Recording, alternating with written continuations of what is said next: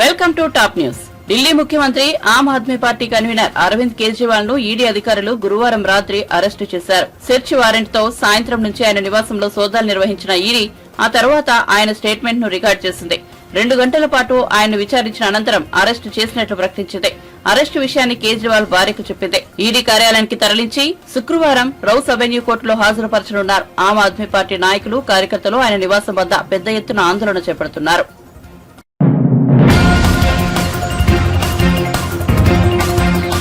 ఢిల్లీ ముఖ్యమంత్రి ఆప్ నేత అరవింద్ కేజ్రీవాల్ ను ఢిల్లీ లిక్కర్ స్కామ్ కేసులో ఎన్ఫోర్స్మెంట్ డైరెక్టరేట్ అధికారులు అరెస్ట్ చేశారు. దీనిపై ఆర్ఎంపీ రాఘవ్ చద్దా తీవ్రంగా స్పందించారు. ఈ అరెస్టు అక్రమమని ఆక్రోశించారు. కేజ్రీవాల్ అరెస్టు వెనుక భారీ కుట్ర ఉందని ఆరోపించారు. సరిగ్గా లోక్సభ ఎన్నికల ముందే అరెస్టు చేయడం దేనికి నిదర్శనమని ప్రశ్నించారు. కేజ్రీవాల్ కు కోట్లాది ప్రజల ఆశీస్సులు ఉన్నాయని, ఆయన్ను టచ్ చేయడం ఎవరి వల్ల కాదని రాఘవ్ చద్దా ట్వీట్ చేశారు.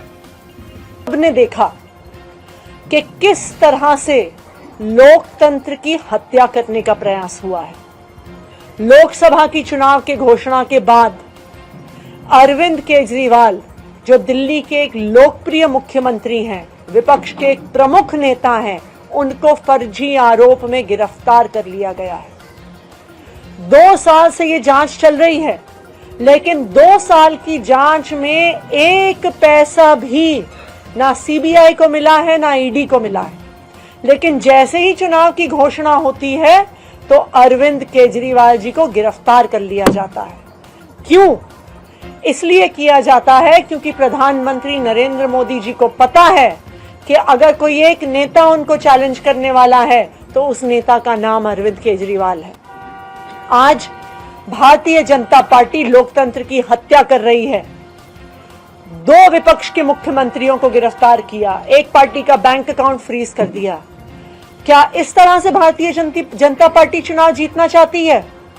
मैं भारतीय जनता पार्टी को ये कहना चाहती हूं कि अगर लड़ाई लड़नी है तो सामने आके लड़ो, राजनीतिक मैदान में लड़ो, चुनाव के मैदान में लड़ो। ये ईडी के पीछे छुपकर राजनीति करना छोड़ दो। ईडी को अपना हथियार बना के राजनीति करना छोड़ दो। आम आदमी पार्टी भारतीय जनता पार्टी के खिलाफ इस देश के संविधान के लिए लड़ती आई है, लड़ती रहेगी। हमारी जो लड़ाई है वो सड़क से लेके न्यायालय तक चलेगी। हमने सुप्रीम कोर्ट में अरविंद केजरीवाल जी के गैर कानूनी गिरफ्तारी के खिलाफ उस गैर कानूनी गिरफ्तारी को क्वॉश करने के लिए एप्लीकेशन डाल दी है।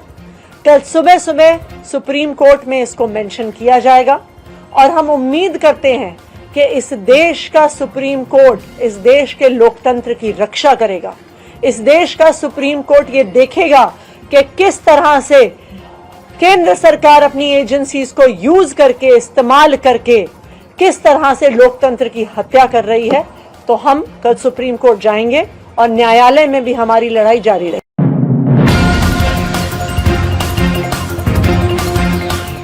ఇటీవల బీఆర్ఎస్ నుంచి కాంగ్రెస్ లో చేరిన దానం నాగేందర్, సునీత మహేందర్ రెడ్డిలకు పార్టీ అధిష్టానం టికెట్లు కేటాయించింది. లోక్సభ ఎన్నికల కోసం కాంగ్రెస్ పార్టీ 57 మంది అభ్యర్థులతో 3వ జాబితాను విడుదల చేసింది.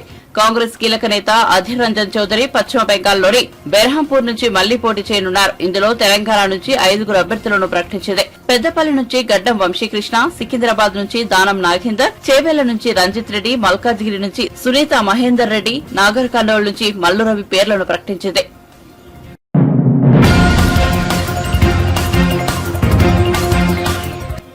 మల్కాజ్గిరిలో తన గెలుపు తెలంగాణ రాష్ట్రానికి ముఖ్యమంత్రి స్థాయికి ఎదిగేలా చేసిందని సీఎం రేవంత్ రెడ్డి అన్నారు. గురువారం మల్కాజ్గిరి పార్లమెంట్ ఎన్నికల సన్నాహక సమావేశానికి హాజరైన రేవంత్ రెడ్డి మాట్లాడుతూ తాను సీఎంగా ఇప్పుడు ఇక్కడ మాట్లాడగలుగుతున్నానంటే ఆ గొప్పతనం మల్కాజ్గిరి పార్లమెంట్ నియోజకవర్గ ప్రజలదే అన్నారు. ఆనాడు నాయకులు అమ్ముడుపోయినా కార్యకర్తలు మాత్రం తనను భుజాలపై మోసి ఎంపీగా గెలిపించి ఢిల్లీకి పంపించారని గుర్తు చేశారు. 2964 బూత్లలో ప్రతి బూత్ లో ఒక సైనికుడిగా కార్యకర్తలు పనిచేశారన్నారు.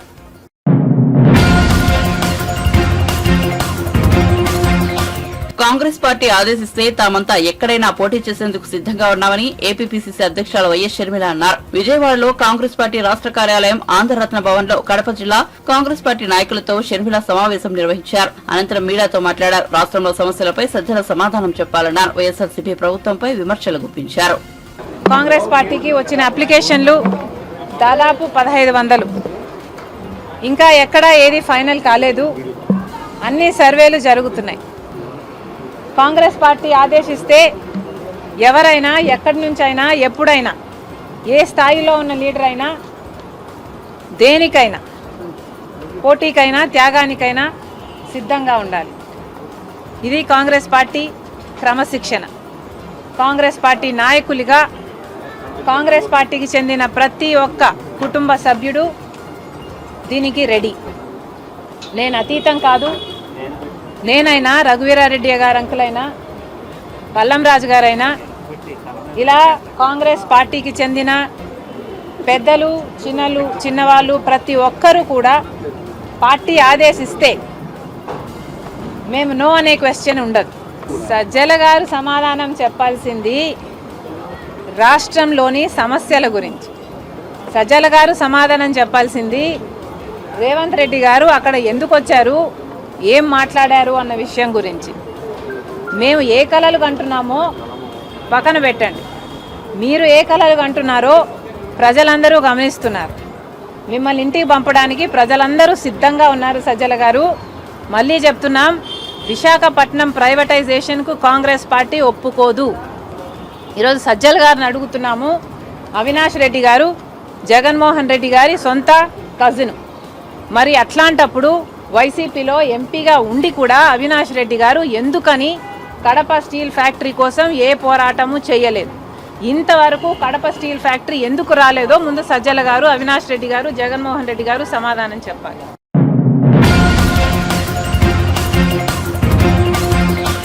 ఐదేళ్లుగా ఏపీ అన్ని రంగాల్లో వెనుకబడిపోయిందని టీడీపీ నేత మాజీ ఎంపీ మురళీమోహన్ అన్నారు. రాజధాని లేక రాష్ట్రం దిక్కులేనిదిగా మారిందని, వైఎస్ఆర్సీపీ పాలనతో రాష్ట్రానికి ఒక్క పరిశ్రమ కూడా రాలేదని ఆవేదన వ్యక్తం చేశారు. హైదరాబాద్ లోని ఎన్టీఆర్ భవన్ లో హోరెత్తిన ప్రజాగలం గీతాన్ని పార్టీ నేతలు టీడీ జనార్దన్, జోష్న తిరునగరి, శ్రీనివాసరావు పొట్లూరు తదితరులతో కలిసి ఆయన ఆవిష్కరించారు. అనంతరం మురళీమోహన్ మీడియాతో మాట్లాడారు.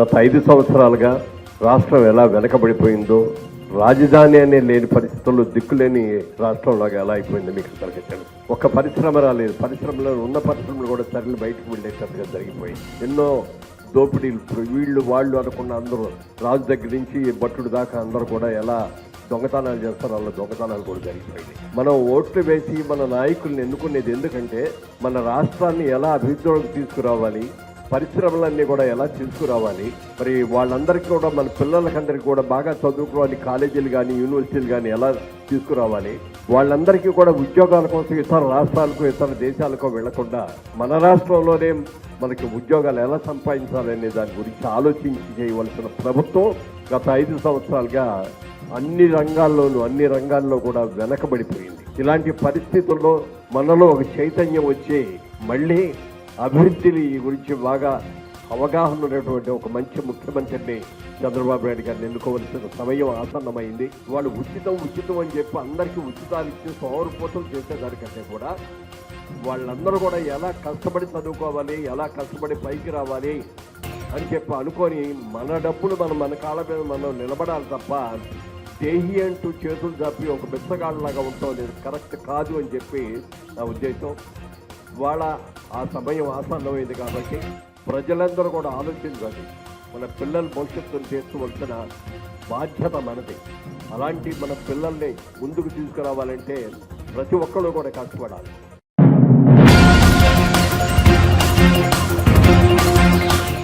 టీడీపీ, జనసేన, బీజేపీ కూటమి మరోసారి ప్రజల ముందుకు వస్తోందని, కాబట్టి ప్రజలంతా అప్రమత్తంగా ఉండాలని కోరుతున్నామని వైసీపీ రీజనల్ కోఆర్డినేటర్ వైవి సుబ్బారెడ్డి అన్నారు. సిద్ధం సభలను జగన్ పెట్టిన తర్వాత బహిరంగ సభ పెట్టుకునే ధైర్యాన్ని టీడీపీ నేతలు, జనసేనలు చేయలేకపోయాయని చెప్పారు. ఢిల్లీ నుంచి ప్రధాని మోదీ వస్తే గానీ చేయలేని పరిస్థితిలో టీడీపీ, జనసేన ఉన్నాయని ఎద్దేవా చేశారు. పవన్ కళ్యాణ్ ఎన్నిసార్లు వారాహి యాత్రలు చేస్తారని ప్రశ్నించారు. టీడీపీ హయాంలో ఎదురైన మోసాలు ప్రజలకు గుర్తొస్తున్నాయని చెప్పారు. జగన్ పాలనలో జరిగిన మంచి, కూటమి చేసిన మోసాన్ని ప్రజలకు వివరిస్తామని చెప్పారు. మోడీ గారిని తీసుకొచ్చి మీటింగ్ పెట్టుకోవడం జరిగింది. అంటే ప్రచారంలో ఏ విధంగా మేము ముందున్నామో వాళ్ళ చూసే వాళ్ళ ప్రచార కార్యక్రమాలు కూడా స్టార్ట్ చేసే పరిస్థితులు లేకుండా ఉన్నారు. అందుకే ఢిల్లీ నుంచి మోడీ గారిని తెచ్చుకొని ప్రచార కార్యక్రమాలు ఇక్కడ మొదలు పెట్టుకోవడానికి చర్యలు తీసుకుంటున్నట్టు కనిపిస్తుంది. ఓకే.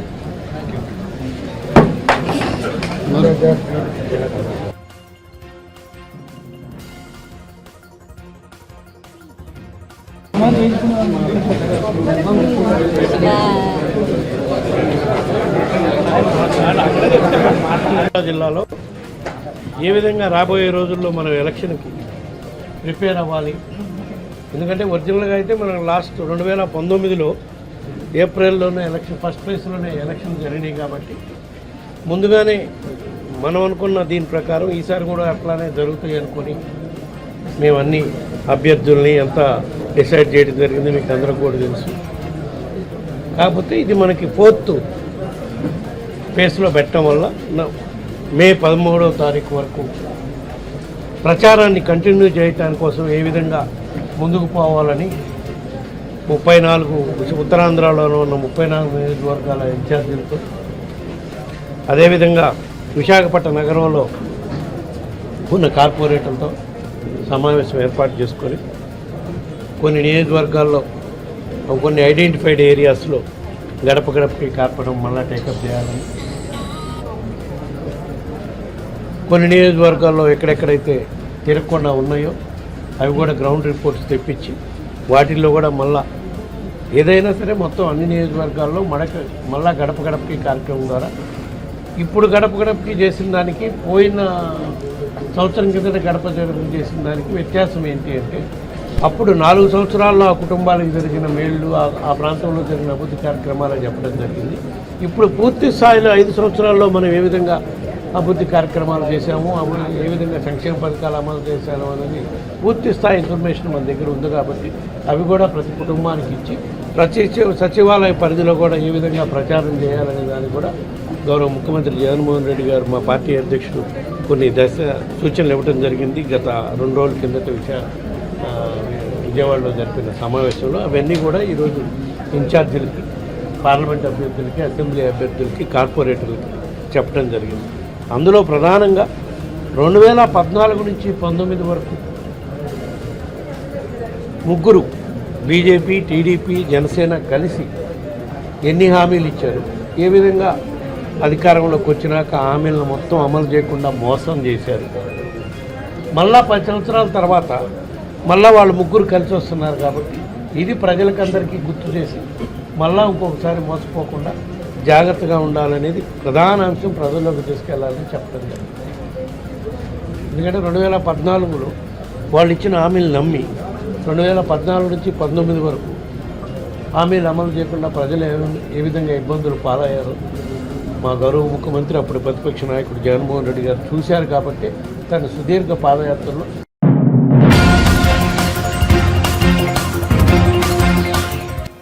రాష్ట్రంలో తిష్ట వేసిన అవినీతి పరులను రాయలసీమ ప్రజలు పౌరుషంగా అడ్డుకోవాలని, వారి చేతిలో నుంచి రాష్ట్రాన్ని కాపాడుకోవాలని పార్టీ కార్యకర్తలకు చంద్రబాబు సతీమణి నారా భువనేశ్వరి పిలుపునిచ్చారు. రాయచోటి నియోజకవర్గంలో నిజం గెలవాలి పర్యటన సందర్భంగా కార్యకర్తలకు ఈ మేరకు ఆమె దిశానిర్దేశం చేశారు. చంద్రబాబు పాలనలో సన్ రైజ్ ఆంధ్రప్రదేశ్ గా పేరు పొందిన ఏపీ నేడు ఎన్నికల ఆంధ్రప్రదేశ్ అయిందని పేర్కొన్నారు. దేశంలో రాజధాని లేని రాష్ట్రంగా ఏపీని వైసీపీ ప్రభుత్వం నిలబెట్టిందని మండిపడ్డారు.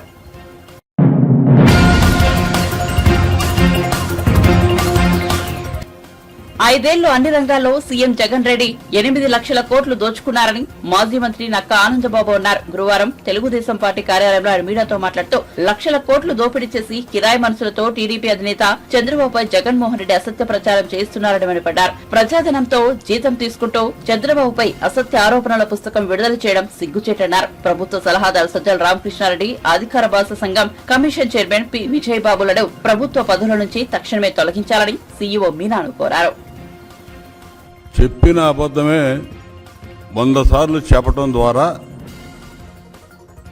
దాన్ని నిజం చేయొచ్చనే ఒక పిచ్చి భ్రమలో ఉంటాడు జగన్మోహన్ రెడ్డి. మొట్టమొదటి నుంచి అలవాటు ఇది. అతను అదే విధంగా చెప్తాడు, అతని తాబేదారులతో అదే విధంగా చెప్పిస్తూ ఉంటాడు. ఆ గ్లోబల్స్ ప్రచారం అనేది ఇతనికి వెన్నతో పెట్టిన విద్య. దీనికి ఒక పెద్ద టీం తయారు చేసుకుంటాడు. ఒక కిరాయి ముఠ. ఇప్పుడు విజయబాబు అని చెప్పి అధికార భాషా సంఘం చైర్మన్గా ఉన్నాడు. ఆ విజయబాబు చంద్రబాబు నాయుడు గారు 14 నుంచి 19 దాకా అధికారంలో ఉన్నప్పుడు ఏదో అవినీతికి పాల్పడ్డాడని చెప్పి ఇవాళ ఒక పుస్తకం వేస్తాడు. 6 లక్షల కోట్లు ఆయన అవినీతికి పాల్పడ్డాడంట. ఈయన ఒక పుస్తకం రాస్తే అధికార భాషా సంఘం చైర్మన్ దాన్ని ప్రభుత్వ సలహాదారు సజ్జల రామకృష్ణారెడ్డి రిలీజ్ చేస్తాడు ఆ బుక్ని. ఎన్నికల కమిషన్ మాత్రం చోద్యం చూస్తూ ఉన్నట్టు కనిపిస్తూ ఉంది. ఎన్నికల కోడ్ అమల్లో ఉంది. ప్రజాధనం, ప్రభుత్వ ధనం వేతనాలుగా తీసుకుంటున్నటువంటి ఈ పనికి మాలిన వెధవలిద్దరు కిరాయి మనుషులు ఇవాళ ఏ విధంగా చంద్రబాబు నాయుడు గారి మీద అసత్య ఆరోపణలతో ఈ పుస్తకాలు రాసి రిలీజ్ చేస్తారు? ఎన్నికల కమిషన్ తక్షణమే క్రిమినల్ కేసులు పెట్టి చర్యలు తీసుకోవాలి. వీళ్ళ మీద అసత్య ఆరోపణలు చేసి ఇవాళ చంద్రబాబు నాయుడు గారి మీద సచ్ఛీలతని ఇవాళ ప్రశ్నిస్తున్నందుకు వీళ్ళ మీద చర్యలు తీసుకోవాలి. వీళ్ళిద్దరిని కూడా ప్రభుత్వ పదవుల నుంచి తక్షణమే తొలగించాలి ఎన్నికల కమిషన్. ఖచ్చితంగా చేయాలి. ఒక విశ్వసనీయత అనేది ఎన్నికల కమిషన్ మీద ఏర్పడాలంటే ఇటువంటి వాళ్ళ మీద తక్షణ చర్యలు ఉండాలని చెప్పి నేను డిమాండ్ చేస్తా ఉన్నా. చంద్రబాబు నాయుడు గారి మీద సిఐడి ఆధారాలు లేకుండా అభియోగాలు మోపి జైలుకి పంపిందనేది అందరికీ తెలుసు. కోర్టు కూడా విశ్వసించింది. అందుకే బెయిల్ మంజూరు చేశారు. ఇలా 14 ఏళ్ళు ముఖ్యమంత్రిగా పనిచేసినటువంటి చంద్రబాబు నాయుడు గారు ఇవాళ మీరు పనికిమాలిన కేసులు, నిరాధారమైనటువంటి ఆరోపణలతో కేసులు పెట్టి వేధింపులకు గురి చేసి అబాసు పాలయ్యారు. ఇవాళ ఎప్పుడు కూడా గతంలో కూడా మీరు అధికారంలోకి వచ్చినాక పోలవరం ప్రాజెక్టులో ఏదో అవినీతి జరిగిందని చెప్పి ఢిల్లీ హైకోర్టులో కేసులు వేయించారు. అక్కడ కేంద్ర ప్రభుత్వం అఫిడవిట్ ఫైల్ చేసింది పోలవరంలో ఎటువంటి అవినీతి జరగలేదని. ఆ హైకోర్టు, ఢిల్లీ హైకోర్టు కూడా కేసు కొట్టేసింది. ఈ విధంగా ఉంటే వీళ్ళు చేసేటటువంటి ఆరోపణలన్నీ కూడా ఇలా సూట్ కేసు కంపెనీలు అనేది జగన్మోహన్ రెడ్డికి వెన్నతో పెట్టిన విద్య అందరికీ తెలుసు. ఈయనకు అధికారికంగా 16 కంపెనీలు ఉన్నాయి. ఒక 54, 55 అనధికారికంగా కంపెనీలు, సూట్ కేసు కంపెనీలు ఉన్నాయి. ఈ సూట్ కేసు కంపెనీలు, మనీ లాండరింగ్లు, హవాలాలు, క్విట్ ప్రో కోలు, అసలు ఈ పదాలే ఆంధ్రప్రదేశ్ ప్రజలకు, ఉమ్మడి ఆంధ్రప్రదేశ్ ప్రజలకు కూడా ఎవరికి తెలియదు. జగన్మోహన్ రెడ్డి ద్వారానే వచ్చినాయి ఇవన్నీ. ఇవాళ ఈయన పేదలకి పెత్తందారులకి అంటా ఉంటాడు. అసలు సిగ్గుందా ఈ ముఖ్యమంత్రికి కానీ, ముఖ్యమంత్రిని సమర్థించేటటువంటి నాయకులకు కానీ? ఎవడ పేదవాడు? 5 ప్యాలెస్ల్లో కులికేటటువంటి రాజప్రసాదాలు లాంటి ప్యాలెస్లు కట్టుకొని కులికేవాడు పేదవాడా జగన్మోహన్ రెడ్డి? అందరికీ తెలుసు కదా. బెంగళూరులో ఉన్నటువంటి యలహంక ప్యాలెస్ తెలుసు, లోటస్ పాండ్ ప్యాలెస్ తెలుసు, తాడేపల్లి ప్యాలెస్ తెలుసు, ఇడుపులపాయ ప్యాలెస్ తెలుసు, పులివెందుల్లో తెలుసు. ఇవన్నీ అందరికీ తెలిసినాయి కదా. ఈయనకున్న ప్యాలెస్లు ఒక్కొక్కటి 100,000 కోట్ల రూపాయలు విలువ చేసేటువంటి ప్యాలెస్లు ఉన్నాయి. ఒక్కొక్క ప్యాలెస్లో 50-60 బెడ్రూమ్లు ఉంటాయి. ఉండే 2 మనుషులకి అసలు ఏ విధంగా కట్టాడు, ఏం చేస్తున్నాడు ఆ ప్యాలెస్ల్లో? వేలాది ఎకరాలు ఏ విధంగా వచ్చినాయి? తండ్రి అధికారాన్ని అడ్డం పెట్టుకొని అడ్డగోలుగా దోచుకున్నాడు. 2004లో రాజశేఖర రెడ్డి అధికారం రాకముందు రాజశేఖర రెడ్డి ఫ్యామిలీకి ఉన్నటువంటి ఆస్తులు ఏంటంటే హైదరాబాద్లో ఉన్నటువంటి ఇల్లు కూడా అమ్ముకునేటటువంటి పరిస్థితులు అందరికీ తెలుస్తుంది. ఈరోజు ఇవాళ ఈయన దోపిడీ విలువ 8 లక్షల కోట్లు. ఇవాళ ఆధారాలు ఉన్నాయి. 43,000 కోట్లకి ఆధారాలు ఉన్నాయని తండ్రి అధికారంలో ఉన్నప్పుడే అడ్డగోలుగా సంపాదించాడని చెప్పి CBI charge sheet.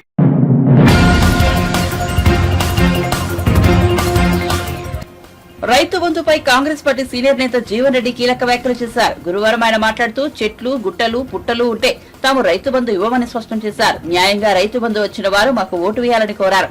బీజేపీపై Jeevan Reddy తీవ్ర ఆగ్రహం వ్యక్తం చేశారు. ప్రతి సంవత్సరం 2 కోట్ల ఉద్యోగాలు ఇస్తామని చెప్పిన ప్రధాని మోదీ 10 ఏళ్లలో ఒక్క ఉద్యోగమైనా ఇచ్చారా అని ప్రశ్నించారు. ఓటు కోసం బీజేపీ నాయకులు వస్తే నిలదీయాలని ప్రజలకు పిలుపునిచ్చారు. బీజేపీ గెలిస్తే అందరి ఖాతాలో 15 లక్షలు వేస్తామని ప్రధాని మోదీ చెప్పారని, 15 లక్షలు వచ్చిన వెంటనే బీజేపీకి ఓటు వేద్దామని, రాకుంటే కాంగ్రెస్ కు వేయాలన్నారు.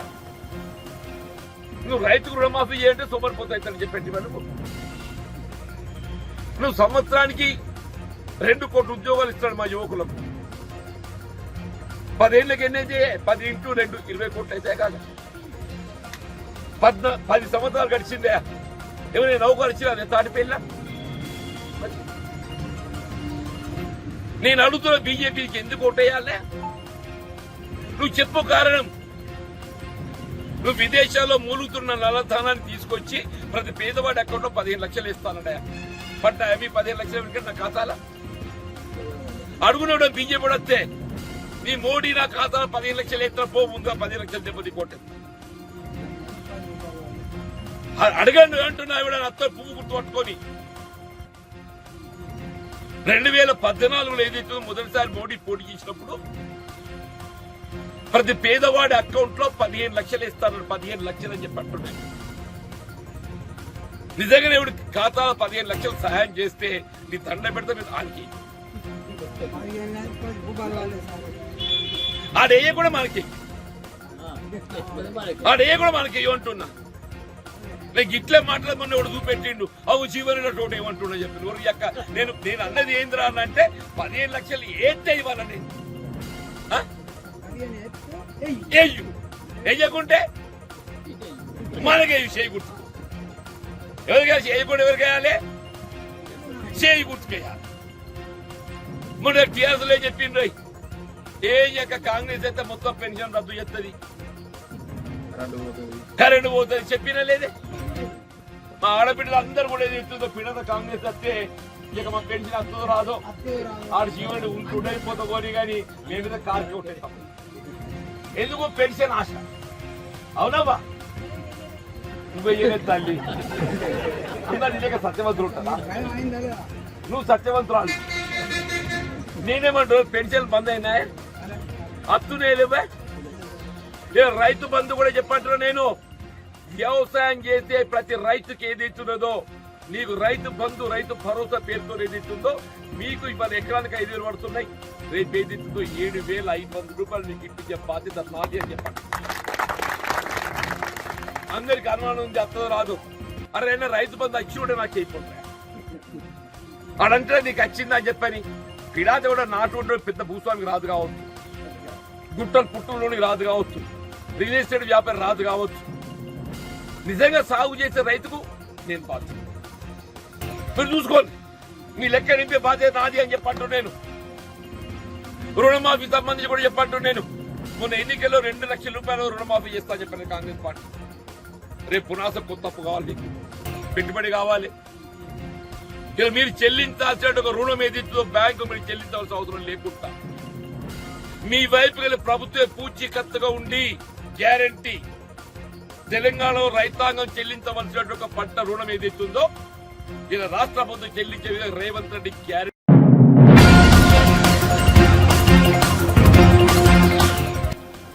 ఏపీలో విద్యా కానుక కాంట్రాక్టర్లు పాత కాంట్రాక్టర్లకు కట్టబెట్టారంటూ మీడియాలో వచ్చిన వార్తలపై టీడీపీ సీనియర్ నేత మాజీ మంత్రి దేవినేని ఉమ స్పందించారు. ఓటమి ఖాయమని తెలియడంతో జగన్ ఇష్టారీతిన అక్రమాలకు తెగపడ్డారని మండిపడ్డారు. ఎలాంటి టెండర్లు పిలవకుండానే 650 కోట్ల విద్యా కానుక కాంట్రాక్టర్ను అస్మదీయులకు నామినేషన్ పద్ధతులు అప్పగించారని ఆరోపించారు. అస్మదీయ కాంట్రాక్టర్లకు అడ్డుగోలుగా 1,000 కోట్లు బిల్లులు విడుదల చేస్తున్నారని ఉమ పేర్కొన్నారు. చదివిన సత్యనారాయణ గాని నువ్వు చెప్పింది ఏంటి 62,835 కోట్లు ఖర్చు పెట్టామంట. దాంట్లో జలవనరుల శాఖలో 56,750 కోట్లు దోపిడీ ప్రవాహం. అంటే ఎంత బుద్ధి లేకుండా ఎంత బుర్ర లేకుండా మీ రచయితలు మీరు కలిసి ఈ తప్పుడు ఆరోపణలు చేస్తారో అన్నీ అర్థమవుతా ఉంది. ఇవాళ చంద్రబాబు నాయుడు గారి కుటుంబం హెరిటేజ్ కానీ 35 ఏళ్ళు కుటుంబం అంతా కూడా దాంట్లో నిజాయితీగా పనిచేసి వాళ్ళ ఆ హెరిటేజ్ నడుపుతా ఉంటే తప్పుడు ఆరోపణలతో తండ్రి అధికారాన్ని అడ్డం పెట్టుకొని ఇవాళ నువ్వు 5 ఏళ్ళు ముఖ్యమంత్రిగా ఉండి ఈ దోపిడీలకి నువ్వు పాల్పడటమే కాకుండా ఇవాళ 5 ప్యాలెస్లు ఇడుగులపాయ అవ్వచ్చు, కడప అవ్వచ్చు, అట్లాగే ఇప్పుడు మహాబలిపురం మద్రాసులో అడయార్లో ఒక పెద్ద ప్యాలెస్ కడతా ఉన్నాడు. ఋషికొండను బోడిగుండు చేసి 550 కోట్లతో ఋషికొండ ప్యాలెస్ దాన్ని ప్రభుత్వ డబ్బుతో కట్టాడు. అట్లాగే 5 ఏళ్ళగా జగన్ రెడ్డి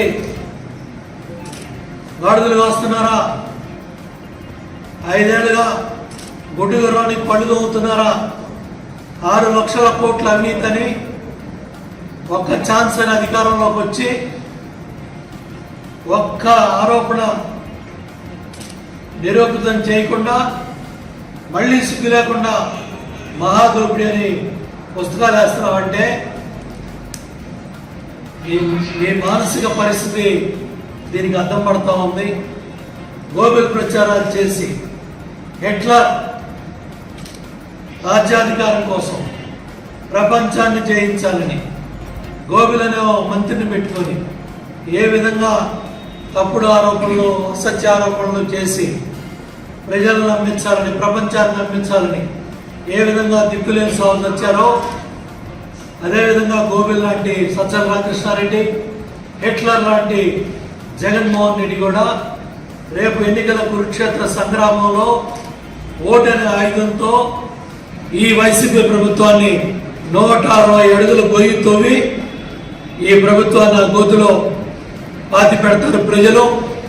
ఎప్పుడు ఎన్నికలు జరిగి రేపు మే 13వ తారీఖున జరగబోయే ఎన్నికల కురుక్షేత్ర సంగ్రామంలో మీకు పరాభవం తప్పదు, మీకు ఓటమి తప్పదు.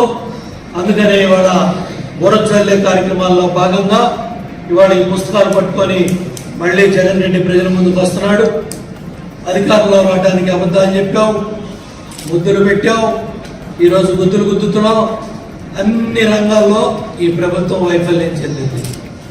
పరిపాలన చేయడం చేతకాక చతికిలు పడింది. కరెంట్ ఛార్జీలు 9 సార్లు పెంచాం, బస్ ఛార్జీలు 5 సార్లు పెంచాం, చెత్త మీద పన్నేసాం, land, sand, wine, mine, cent పట్ట, మీ భూ దోపిడీ విశాఖపట్నం అన్ని వెరసి 8 లక్షల కోట్ల అవినీతిని 1450 కోట్లు. ఒక్క పట్టిసీమలో వచ్చిన లాభం 41,000 కోట్లు. నటి చంద్రబాబు నాయుడు గారు విజనరీ లీడర్. ఇవాళ ఈ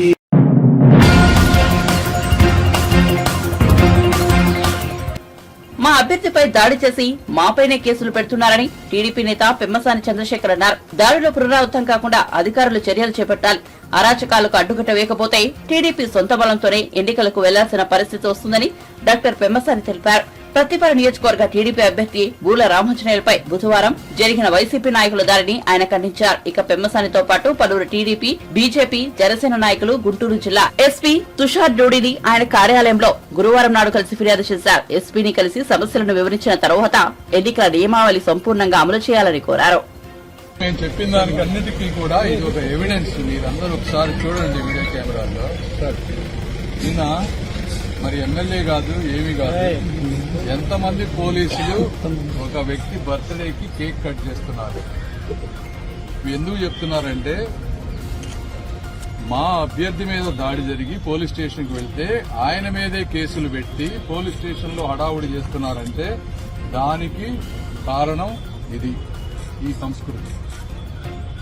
కాబట్టి మేము ఎస్పీ గారిని అడిగింది ఏంటి అంటే ఇలాంటి వ్యక్తులపై ఇమీడియట్ గా మీరు చర్య తీసుకోండి.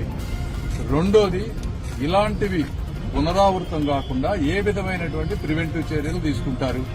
ఎందుకంటే కలెక్టర్ గారు లేకపోతే ఎలక్షన్ కమిషన్ ఒక్కసారి వాలంటీర్లు ఉండకూడదని చెప్తే సరిపోదు. మీరు ప్రతి 2-3 రోజులకు ఒకసారి ప్రెస్ మీట్లు పెట్టి అందరికీ రిపీటెడ్ గా చెప్పాల్సిన అవసరం ఉంది. అదేవిధంగా కఠినమైన చర్యలు వేరే వాళ్ళు భయపడే విధంగా చేయాల్సిన అవసరం ఉంది. వాలంటీర్లే కాదు, ఒక్కొక్కసారి వాళ్ళ కుటుంబ సభ్యులను కూడా ఇన్వాల్వ్ చేసి చేస్తున్నారు. కాబట్టి మీరు న్యాయపరంగా, ధర్మపరంగా ఏ విధంగా చేయాలో అవి చేయండి. తెలుగుదేశం పార్టీ మేము దానికి పూర్తిగా సహకరిస్తాం. మా నుంచి ఎటువంటి తప్పు లేకుండా మేము చూసుకుంటామని ఎస్పీ గారికి చెప్పాం. ఆయన కూడా సానుకూలంగా స్పందించారు. Thank you.